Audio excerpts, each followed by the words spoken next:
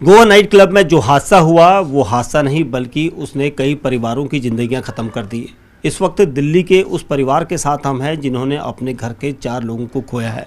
पूरा परिवार गुस्से में है, नाराज़गी है उस होटल, उस नाइट क्लब के उन मालिकों के खिलाफ, वहाँ पर उस तंत्र के खिलाफ, क्योंकि ये परिवार के लोग हैं जिनके अपने लोग यहाँ पर अब नहीं हैं। आप ये एक बहुत बड़ा दुख आपके परिवार पर टूट पड़ा है। मैंने तो देखा, मेरे को तो पता ही नहीं था मेरा बेटा ऐसा होगा। मेरी बहू जाएंगे, मेरे 3-4 बच्चे चले गए।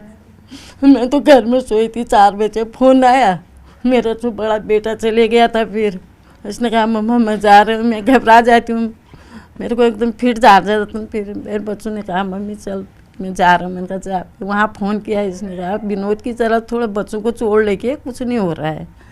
मैंने कहा ठीक है अभी नहीं हो रहा है। जब यहाँ लाए तभी पता चला मेरे को। क्या करें हम, या कुछ हमको मिले, मेरे बच्चों को कुछ या हमारे को होता तो हम सहारा कर लेते ना। मेरे बच्चों की सरकारी नौकरी है। इतनी बड़ी गलती वहाँ पर हुई है, कई परिवार, आपके परिवार के 4 लोग खोए और लोग भी वहाँ पर इसी तरह फंसे। कितनी क्या बोलूं, हमारे तो पूरा परिवार ख़त्म हो चुका है। हम क्या बोल सकते हैं, हमें न्याय मिलना चाहिए बस। थोड़ा हमको न्याय, हमको सरकार से न्याय मिलना चाहिए कि मेरे बच्चे सब हमारे हाथ खाली हो गए, छोटे छोटे बच्चों को बर्बाद कर गए। ये सभी आपके परिवार की मेरी 4 बेटियां, मेरा एक जवान, मेरी समधी है, समधी है, सब खत्म हो वो गए। मेरा भतीजा है, वो मेरी बहू है, ये मेरा लड़की का लड़का है। देखिए पूरा परिवार इनका यहीं पर है। आपकी बच्चों से बात हुई थी उस वक्त? नहीं कोई बात ही नहीं कर पाए हम, नहीं कर पाए, कोई भी बात नहीं हुई। मैंने तो 3 तारीख को यहाँ पर बात हाँ बताइए। 3 तारीख को बात की, 3 तारीख के बाद उसके बाद कोई मतलब ही नहीं। 6 तारीख को 2 मिनट बात हुई, उसके बाद कुछ भी नहीं, पता ही नहीं चला क्या हुआ। उस जो नाइट क्लब था वहाँ पर कई सारी कमियां वहाँ पर आई है सामने, तो उसको हाँ आप क्या मैं एड्रेस कर लूँ उसको थोड़ा। बताइए। मैं मृतक परिवार से होने के नाते अभी अपनी फैमिली के लिए नहीं, पूरे देश के जो भी टूरिस्ट जाते हैं, या टूरिस्ट के अलावा हम लोग भी कहीं पे बाहर रेस्टोरेंट्स वगैरह में जाते हैं, किसी और के साथ इस तरीके के हादसे न हों। सरकार जितने भी अथॉरिटीज़ हैं वो थोड़ा ध्यान दें। फायर के नॉर्म्स फॉलो नहीं हुए थे, बहुत सारी जगह होंगी वहाँ फायर डिटेक्शन सिस्टम नहीं था, फायर अलार्म नहीं था, NFPA की गाइडलाइंस को कोई फॉलो नहीं हो रहा, फायर एक्सटिंग्विशर तक नहीं था, फायर एग्जिट प्लान कोई नहीं था। वो और किसी फैमिली के साथ में ना हो। मैं चाहता हूँ अगर मेरी आवाज़ पहुँच रही है लोगों तक, सरकार तक, वो थोड़ा इस पर ध्यान दें, उस पर बहुत कंट्रोल, एक SOP प्रोटोकॉल्स बना के उस पर इम्प्लीमेंटेशंस कैसे करें और कैसे उस चीज़ को इम्प्लीमेंट होके इमीडिएटली और जानें बचाई जा सकें फ्यूचर में। और मृतक परिवार से बहुत छोटे छोटे बच्चे हैं जिनके जानें गई हैं, बहुत छोटे बच्चे हैं, सर्वाइवल कोई नहीं है। वो कॉम्पनसेशन बहुत नेग्लिजिबल है जो कॉम्पनसेशन अभी ऑफ़र किया है सरकार ने। 4 जानों की कीमत 50 करोड़ से भी कम है। अभी उन्होंने 2-5 लाख का जो कॉम्पनसेशन दिया है उससे हम बिल्कुल सहमत नहीं हैं। अगर हमें कानूनी कार्रवाई करने की ज़रूरत पड़ेगी, अगर सरकार इसमें इन्वॉल्व खुद इस पर ध्यान रखे कि और क्या आर्थिक मदद की जा सकती है, ताकि जो छोटे बच्चे हैं, छोटी महिलाएं हैं, उनकी हाउसवाइफ जो हैं वो काम करने वाली नहीं है, वो घर संभालती हैं। जो काम करने वाले हैं वो बहुत कम वेजेस पर भी काम कर रहे हैं, 20-25-30 हज़ार की जॉब पर काम कर रहे हैं, जिससे उनका सर्वाइवल बिल्कुल बहुत टफ है। बुजुर्ग हैं, बुजुर्गों के पीछे भी उनके बड़े चाचा जी लोग थे, वो नहीं रहे, उनके सर पे भी कोई हाथ नहीं है, इनके बच्चे कोई नहीं हैं। उस पर सरकार ध्यान दे। अगर एक सरकारी वकील हायर करके उनकी मदद करे कि कैसे ओनर, ये पूरा negligence first of all government का है, ये वहाँ पर जो अथॉरिटी जिन्होंने वहाँ इलीगल उसको परमिशन दिया, उन्होंने कोई इवैक्यूएशन प्लान नहीं बनाया था, उनके स्टाफ ने जो नेग्लिजेंस किया है, ओनर की बहुत कंप्लीट सीरियस नेग्लिजेंस है। ओनर और उसके ओनर को, सरकार को, सबको, मृतक फैमिली के मिल के उनके सहानुभूति से, हम लोग हैं सहानुभूति से सरकार हमको नहीं चाहिए, उनको आर्थिक मदद की ज़रूरत है। सहानुभूति देने के लिए फैमिली भी है, हम लोग भी हैं, बट आर्थिक सहायता सरकार की ओर से ओनर के हिसाब से, चाहे उसमें कानूनी कोई इन्वॉल्वमेंट ज़रूरत है, लीगल कोई एडवाइज़र चाहिए, वो मदद कराएं और इसको आगे हेल्प करें। एक ऐसा परिवार दिल्ली का जोशी परिवार जिसने अपने 4 लोगों को इस पूरे अग्निकांड में खो दिया। उसमें से एक जो हमारे साथ उस वक्त चश्मदीद मौजूद हैं, वो भावना जोशी इस वक्त हमारे साथ हैं, क्योंकि उनकी आंखों के सामने सब कुछ हुआ। उनका पूरा परिवार वहाँ पर एंजॉय करने गया था, वो अपनी बहनों के साथ थी। और उनसे ही पूछते हैं कि आप लोग तो एंजॉय कर रहे थे, अचानक ये सब क्या हुआ था? सर अचानक हमें खुद नहीं पता चला, डांस चल रहा था, म्यूज़िक चल रहा था वहाँ पे।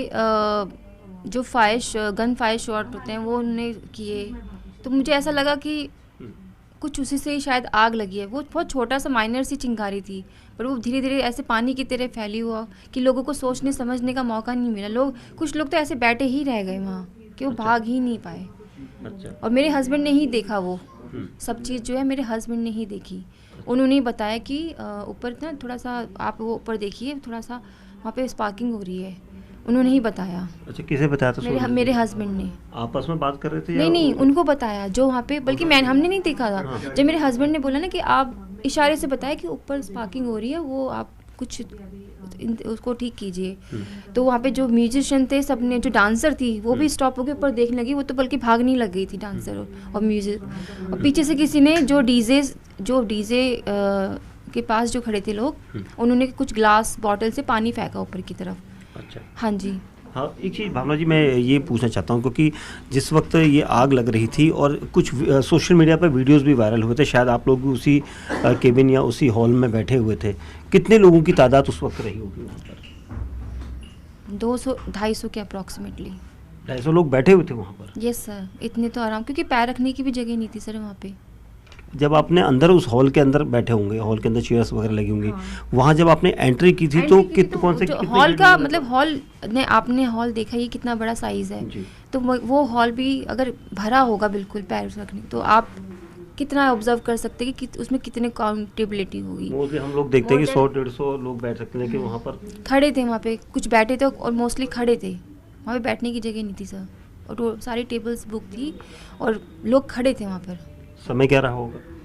हमने जहाँ जब एंट्री की थी वहाँ क्लब में, तो 11:15 के आसपास एंट्री की थी, और ये जो हादसा हुआ है वो 11:45 के आसपास हुआ है हादसा। और उस वक्त पूरा क्लब भरा हुआ था? पूरा क्लब भरा हुआ था।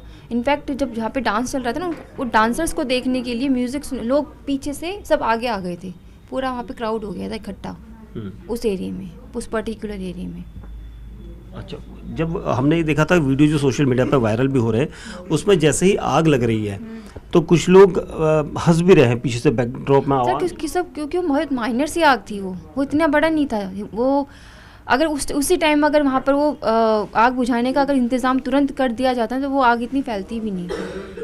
आप लोग कितने लोग गए थे परिवार? मेरी 4 बहनें और मेरे हस्बैंड, हम 5 लोग थे।